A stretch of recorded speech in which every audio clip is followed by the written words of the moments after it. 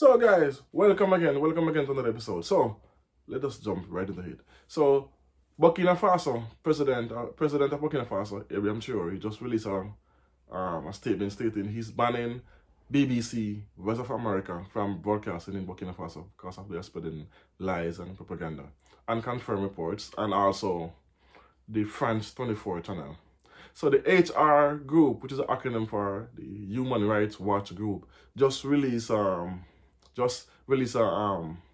story saying that the Burkina Faso soldiers unalive a little over 200 people in Burkina Faso, and it's a massacre and it's a human rights violation and blah blah blah. But where are these same Human Rights Watch group and the Gaza situation happening right now in Palestine? They are nowhere to be found. In Afghanistan, there was nowhere to find when they attacked Afghanistan. When Sarkozy and President Obama went into Libya and take out Gaddafi, there was nowhere to be found. But now you're going to come at Burkina Faso, who are taking out insurgents to protect their country. Here comes them spreading propaganda and lies. So anyway, let us dive into it.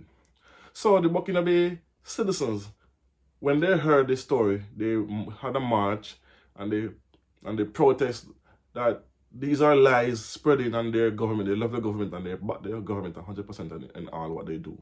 So, but these are the Burkina Faso government released a statement. So let us read it and then we're gonna dissect it after. So let's go.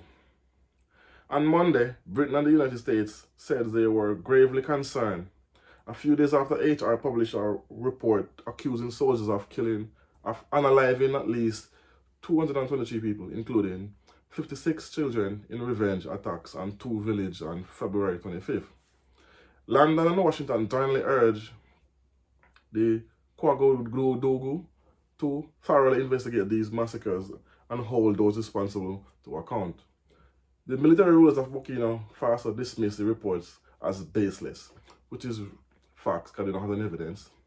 Shopkeepers and private sector workers marched towards the embassy mid-afternoon, draped in Russian and Burkina Faso flags, chanting anti-imperialist slogans.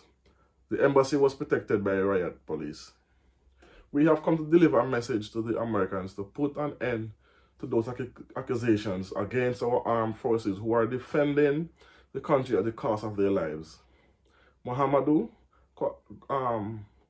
Ouagadougou, spokesperson for the Burkina Franca I can't pronounce that, sorry about that, Liberation Federation of Pan-Africanists, which organized the demonstration. We are here, human rights defenders, when terrorists are massacring our population. What are they doing? Asked Hiladu Ouagadougou, a member of the Liberation Freedom. The West African nation has been battered by jihadist insurgents that swept in from neighboring Mali in 2015. Thousands of civilians, troops, and police have been unalived.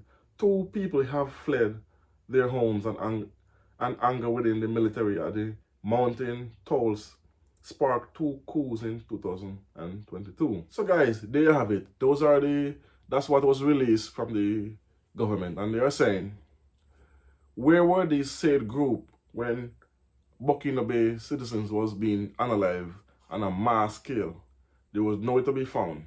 There was no one to come and protect them. Even when the Americans and the French army was in Burkina Faso, this was still going on at a higher level with more people unaliving, more people going missing, more people being kidnapped, even with their satellites, their drones.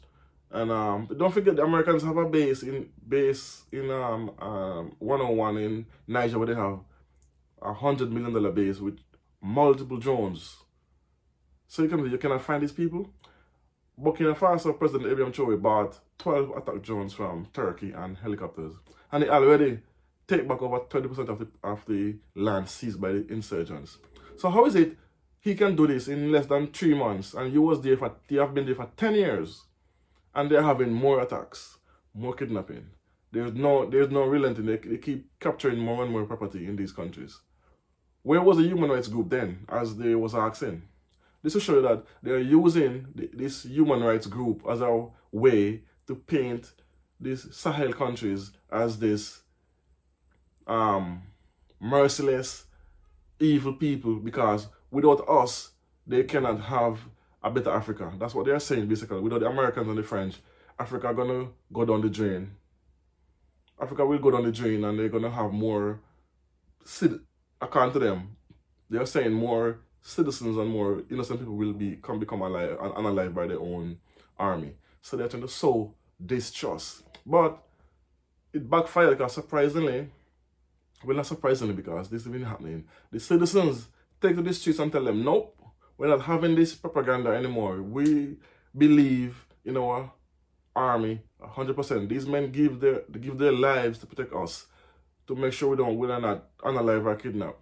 And the 3 Sahel countries who joined the AES group, which is to attack when they attack all, they have been doing a great job pushing back all these jihadist groups, because they're having less and less and less attacks.